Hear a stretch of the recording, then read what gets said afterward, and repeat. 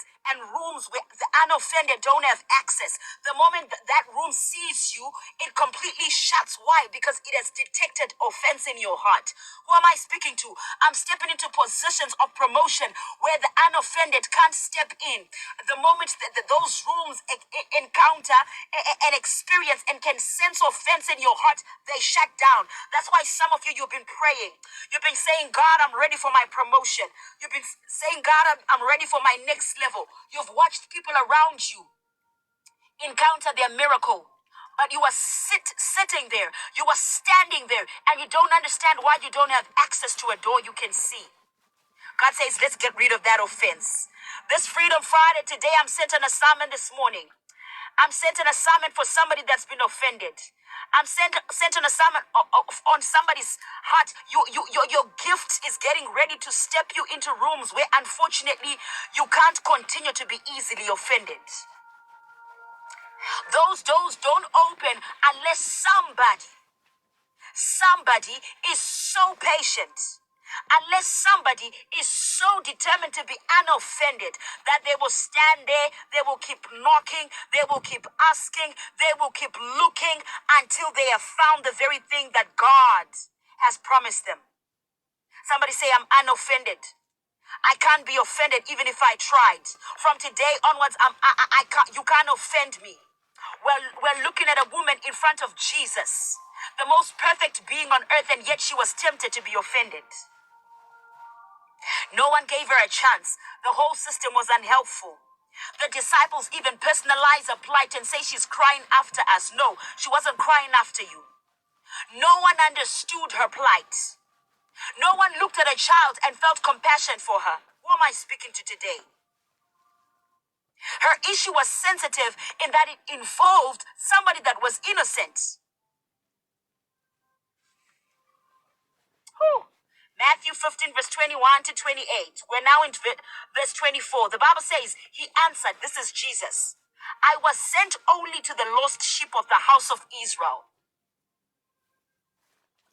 I was sent only to the lost sheep of the house of Israel. So now when Jesus speaks, how many of you have ever heard Jesus now finally begin to answer your situation, but the way he's answering it is not the way you've been praying? What do you mean that I've been standing here crying after you, bearing my heart on my sleeve, and now when you answer me, God, now when you answer me, you're answering me, but you're not solving anything here. When Jesus finally answers, he disqualifies her. Jesus disqualifying a person whose child is sick. Jesus, it's like Jesus is saying you're not the target market. How do you explain that the only one that was now left with a solution for my child is telling me I'm not the target market? He says I was sent only to the lost sheep of the house of Israel.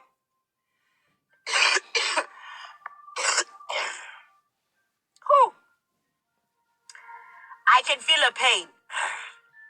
Listen, I have a baby boy, and I can imagine my little 1-year-old sick. I've gone to all the doctors. I've tried all the solutions you can think of. There's nothing you can tell me I haven't tried. And now when I go to the maker, he tells me I was sent only to the lost sheep of the house of Israel. So now all of a sudden you are secluding me. Now all of a sudden I don't deserve what you carry. You can help, but you don't. Ooh. That's why I'm telling you that one of the most painful encounters I had, the bone of contentions I had with Christ was, God, I speak to you. You were speaking to me. You were giving me direction concerning other things, but you never told me that I was in the wrong relationship. I was getting ready to offer and to submit myself to this man, and you never told me that he wasn't the one. I didn't hear it. You never told me. Never told me. How do you allow me to waste my time? How do you allow me to waste a year with a ring on my finger? How do you permit me to experience such excruciating pain in this relationship when you knew it was going to end anyways? That's right. That's right. That's right. Okay, I need him to type again so we can block him. Be blocked and blessed. That's right. Jesus says you are not the target audience. Healing is available, but not for people like you. How do you explain that? How do you explain that? Ooh, how do you explain that? How do you explain it? How do you explain it? The Bible says, he answered, I was sent only to the lost sheep of the house of Israel. The Bible then says, the woman came and knelt before him. Another version says she came and then worshipped him. She said, Lord, help me. Say, Lord, help me. Do I have somebody this morning who says, Lord, help me? Lord, help me. Lord, help me. You've been crying out for so long. Lord, help me. She uses a second approach. She adds worship to her request. What a wise woman. She gets a little more intentional. She's like, Lord, help me. She begins to worship this man. She says, worship will get it out of you. Worship will get what I'm asking out of you. I'm telling you, you can't beat a mother's love. You can't beat a mother's love. Who am I speaking to this morning? Someone once said, when you are looking for God, worship. He will come looking for you.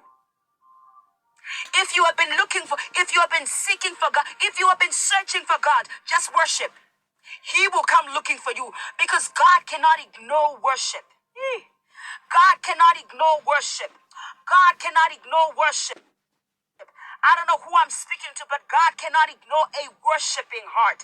God cannot ignore a postured heart, a heart that is postured in worship. She says, well, you didn't listen to me then. Now I'm going to add worship because you're going to listen to me when I worship you. You're going to listen to me when I worship you. She begins to worship him. She kneels before her feet. Another version says she worships him. God cannot resist one who worships. This woman taps into the new covenant before the blood was even shed. And before the second testament comes into effect, because the second testament comes into effect when the blood is shed on the cross of Calvary. So this is the time when Jesus is still speaking. So they're still actually in the New Testament.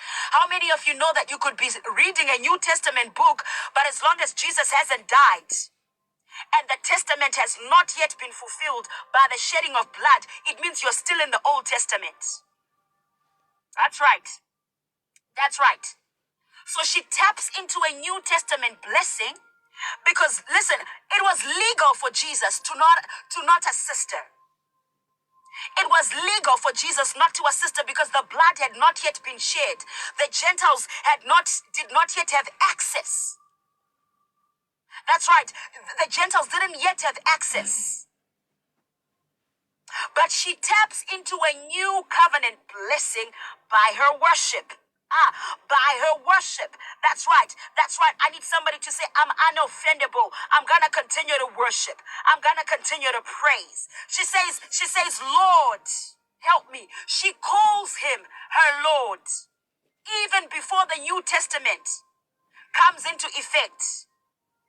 The Bible says the testament is not into full effect until the one who carried it died. May the Lord hear your cry. May the sound of your voice as you cry for him to help bring a halt to all spiritual fraternities until you have been helped. I'm talking about people whose prayers in the spirit halt systems, halt spiritual fraternities until everybody says to him, listen, there is one who cries on earth. There is one who cries on earth, and I don't care how long it takes. I want somebody to say, I'm going to be unoffendable. I'm going to be unoffendable. I'm going to be patient. I'm going to be long-suffering. I'm going to stand here. I refuse to mix God and some strange spiritualities. I refuse to mix God and other solutions. I will stand here until he answers. May your lamentations echo throughout the corridors of destiny. When you cry, may every fraternity in the spirit hearken to your crying. am I speaking to this morning? May you be persistent. May you never stop until you get what you need from God and refuse to be offended. May you be unoffendable. I don't know who I'm speaking to this morning. But listen to what Jesus says in verse 26. The Bible says, but Jesus replied, it is not right to take children's bread and toss it to dogs. Ooh.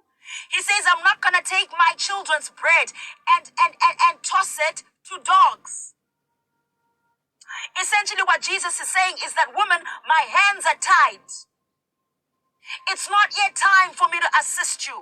I'm talking about people who are going to negotiate with Christ. We spoke the beginning of this week about making time work in your favor, praying for God to make time work in your favor. Jesus says there is going to be a dispensation when I can assist, but right now my hands are tied. Hey, I'm talking about people who are going to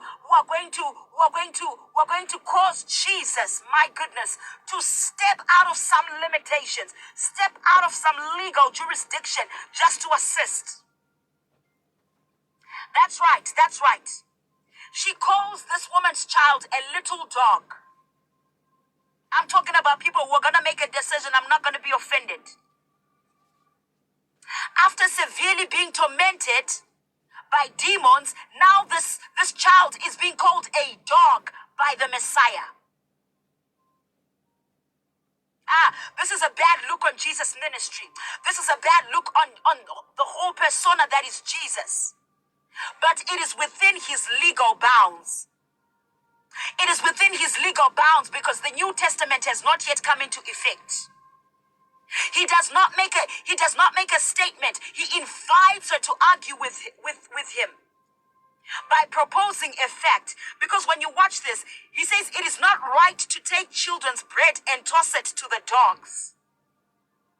The more the woman argued her petition, the more he strengthened his denial. Have you ever been in a situation where the more you argued your issue in prayer, the more you prayed, the more you fasted, the more you contended with demonic forces in the spirit, the more he strengthened his denial, the more Jesus continued to strengthen his denial? I don't know who I'm speaking to today, but I'm speaking to somebody. What do you do when you are just not getting your way? What do you do when you are just not getting your way? So I wanted to understand what this was all about. And it is said by scholars of the word that Jewish people sometimes called Gentiles dogs to show their disrespect of them. So Jesus is using a word that is connected to disrespect to speak to somebody. How do you even explain this? I'm talking to people that are going to be unoffended from today onwards. You're going to make a conscious decision that I refuse to be offended. I refuse to be offended, God, until I get what is mine. And dogs in the ancient Middle East were most often seen running in packs as dangerous scavengers. So, however, the Greek word that was used, the translation from the Greek is kainariosis, which literally means little dog. And in the context of children and food, this seems to be a reference to a pet. It's almost like Jesus is talking to the child like he's a pet. How do you explain the Messiah calling a child a dog?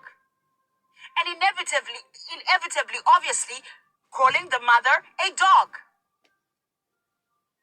Listen to what this woman says in response. I'm talking to people who are not going to be offended, who are gonna pray. We're gonna pray for our hearts in the next couple of minutes. We're gonna say, God, make us unoffendable. I refuse to be offended by God. I refuse to be offended by my pastor at church. I refuse to be offended by the bishop. I refuse to be offended by a department leader. That's not what I came for. I refuse to be offended until I receive my blessing, until I receive my breakthrough, until I receive my miracle. Verse 27, she says, yes, Lord. She doesn't move from a position. I'm looking for people today who are not going to move from their position. I'm looking for people today who are not going to move from their position. She says, yes, Lord. You call me a little dog, but you are my God. You call me a little dog. You call my child, a little dog, but you are my God. You are placing us in the order of dogs, but you are still my God. Who am I speaking to? You are trying to cause me to come out of character, but you're still my God. You're trying to cause me to walk away before I receive my breakthrough, but you are still my God. Who am I speaking to? Who am I speaking to? She says, I'm unwilling to come out of character. She says, I'm unwilling to disrespect you. I'm unwilling to be offended because I know you are my Lord despite. You are my Lord regardless. She says, yes, Lord. Even the dogs eat the crumbs that fall from their master's table. I don't know who I'm speaking to, but this woman she's bigger than me on many levels. This woman is bigger than many of you on many levels. This woman is bigger than many of us. This woman is bigger than many of us. This woman is bigger than many of us. So someone is asking, why did Jesus say this to her? Why did Jesus say this to her? It is because it was not the New Testament yet. Jesus had legal grounds to deny her of healing. Jesus had legal grounds to deny her of anything that was still only for the Jews, because the New Testament had not come into full effect. Jesus had not yet died. So we didn't have access yet. So it was within his legal jurisdiction. It was within legal bounds. This was before the dispensation of grace. He has legal grounds to say what he's saying.